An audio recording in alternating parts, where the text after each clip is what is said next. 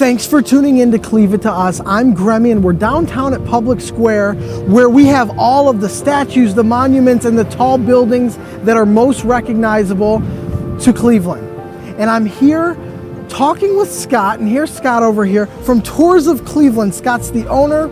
He came up with this amazing concept to take people around Cleveland and highlight some of the most amazing things that we have to see, from the architecture to the buildings to the history. So Scott, it's good to see you. Hi, nice to meet you. Tell me about your company. So you started 4.5 years ago, right? Yes. Why?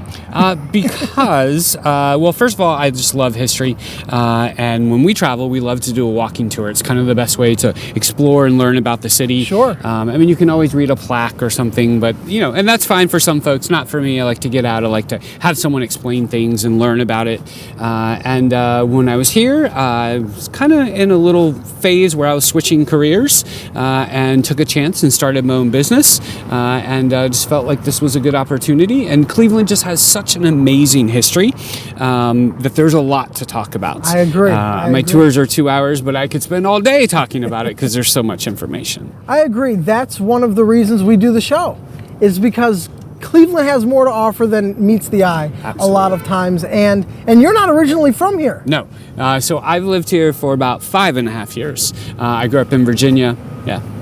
Okay, so you're not a native Clevelander, but we'll give you the badge of honor nonetheless, because in talking to you before our segment, you know much more about the history of Cleveland than I do. And that's all right. This is why you do what you do. And I think that the business that you have and the company that you created and doing these walking tours and shining a light on the history and the culture that some people may not know, some people may have forgotten, it's an amazing and wonderful thing that we need more of. So tell me about some of these buildings. Right now, I know we're standing outside of a pretty historic building right now. Sure. I feel like I can just point out a building and you're already going to know a million things about it. Sure. So this is the Society for Savings Bank building. This building opened in 1890. Now the bank's been around longer than that, but they move into this building in 1890. It's their brand new office building. It's done by John Root of Burnham and Root out of Chicago. And this building is considered to be Cleveland's first skyscraper. It comes in at a whopping 10 stories, but in 1890, that was pretty impressive. Sure. The thing that I find kind of ironic is that the building is physically attached to Key Tower today, which comes in at 57 stories and is the tallest building in the city of Cleveland and the state of Ohio today. No kidding. Yeah. So I never noticed that they were attached before. Yeah, actually all the way up, basically, they attached the building. It is a hidden gem for sure. There's a beautiful stained glass ceiling in the building. There are 4 really cool murals. They utilize this red and green marble from Vermont all throughout the lobby. These big, beautiful columns. It's spectacular. I had no idea it was the first skyscraper in Cleveland. Yeah. Back when 10 stories scraped the sky. Right, there you go.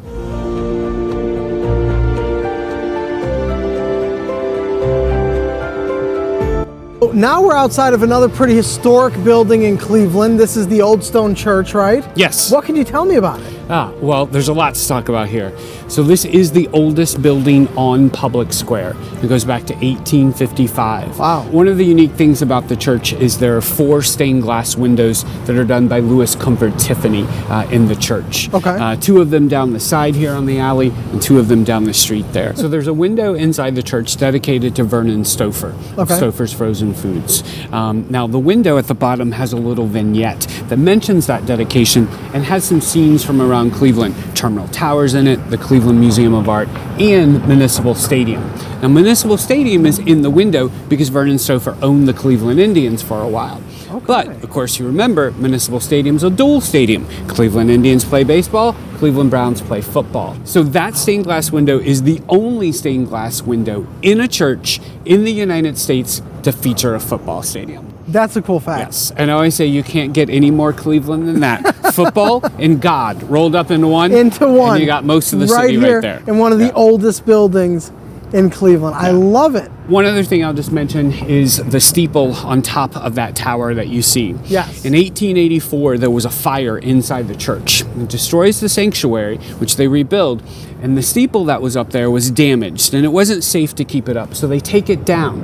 Well, that's 1884. They don't replace the steeple until 1999. No kidding. Yeah, so for over 100 years, we've got our church here with a tower, but no steeple on top of it. So when I was a kid, there wasn't a steeple on Correct. the church. Yeah. So across from us is Terminal Tower, and a lot of people who grew up here know and maybe shopped at Higbee's, which was at the base of the Terminal Tower. Now it's Jack's Casino. And, you know, who doesn't like a good casino? I go there for the buffet. I'm not a big gambler, but I go there for the buffet. Also, when it was Higbee's, there was a pretty well-known film, A Christmas Story. Yes. So they did film a part of A Christmas Story there at Higbee's. So in 1983, that's when they filmed, the early part of the year. The producers had kind of sent out a call for department stores across the country. And from what I've heard, Higbee's was the only one to answer the call.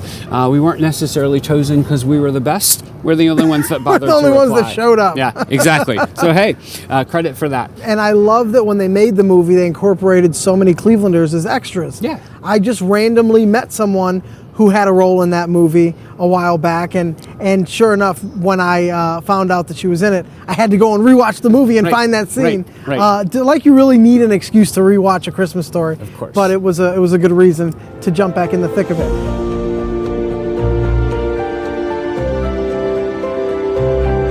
So the May Company buildings over my left shoulder here is also another pretty popular building in Cleveland. You know everything about all of these buildings. What are some fun facts about the May Company building? Sure. So the May Company building, this building was built in 1915 by Daniel Burnham of Chicago. And one of the cool things was when it opened, it was 2 stories shorter than we see today. Really? 1931, they add the additional floors on. Now, this is kind of a very simplified version of what happened, but basically, they take the roof off the building, they add the 2 floors on, and they put the roof back on. Really? And I say that because if you look at a picture from the building from 1915, it looks just like this, it's just 2 stories shorter. Yeah. Also in 1915, when that store opened, it was the 3rd largest department store in the nation when it opened. And also one of the most technologically advanced stores for the time. It had 23 elevators and 4 sets of wooden escalators. And a lot of people remember the wooden escalators at Higbee's, which they were there as well. But it was the May Company that was the first store in Cleveland. They were the trendsetters for that. There you go. Yeah. So I like what you said about some of the revolutionary things that the May Company did, and it was right here in Cleveland. And we're sort of known for being revolutionary. One of the things I know about Cleveland is that among some of the revolutionary things that we had, like in the May Company, our public square, the public square that we're standing in right now, was the first public square in the United States to be lit using electricity. Yes. So Charles Brush, a Clevelander, perfected the arc light, and when he tested his new invention out, he replaced the gas lights here on Public Square with his invention. And we were the first city in the U.S. to light our streets with electricity in 1879. London's the first city in the world. They did it a year before us, but we were the first city in the U.S. But we saw that and we said, you know what? Cleveland's the place that needs to set this trend for the whole country. There you go. And that's what we did. Absolutely.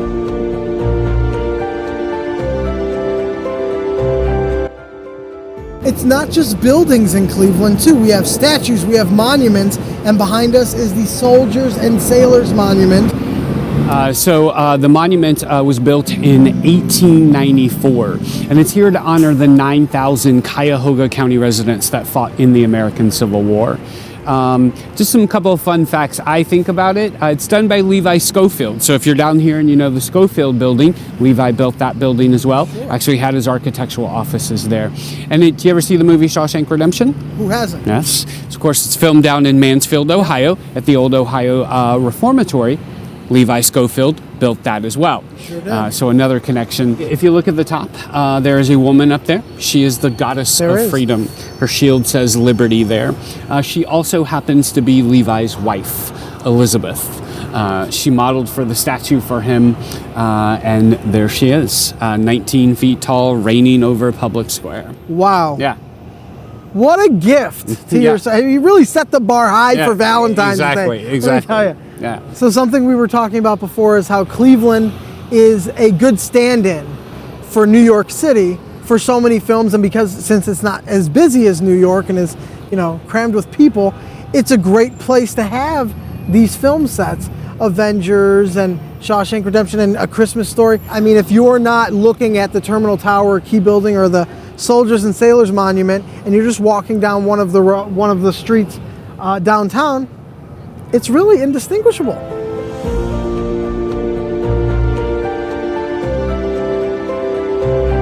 You do these walking tours year-round. Yes, we do not stop, so we offer them all year, whether it's the summer or the winter. We're out here because people are traveling, people want to come out, they want to explore, so we want to show off the city.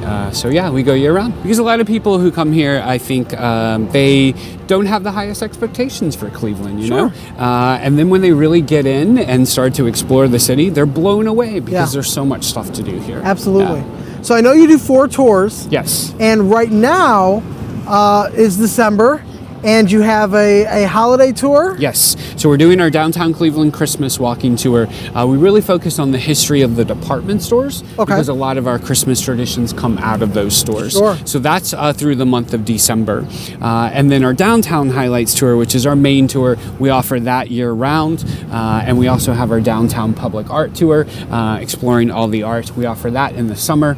And then in October, we have our Tales of Terror tour. It's not a ghost story tour. It's actually 7 stories that involve the death of 312 Clevelanders. These are no ghost stories. Yes, These are about real people that died. Absolutely. I want to take that tour next October. So when are you booking the Christmas walking tours up until? So the tour really runs through kind of December 23rd. Okay. And we're doing them Thursdays through Sundays in the evenings. Everything's on our website, toursofcleveland.com. So you can learn about the tours, you can book the tour, pay for everything, and you're all set. Oh, I can't wait. Yeah. So I'm going to jump on one of these tours. Awesome. And everyone watching needs to go to toursofcleveland.com. Check out these tours. If you want to learn a little bit about Cleveland, whether you're from here or visiting, it's definitely worth it because this guy knows more than most people that have lived here their entire lives. I know he knows a lot more than me, and he's a nice guy. I mean, look at him. He's knowledgeable, he's friendly, he knows about all of this. And so check out Tours of Cleveland. And remember, the next time you want to know what to do, where to go, and what to see, check out the show and cleave it to us.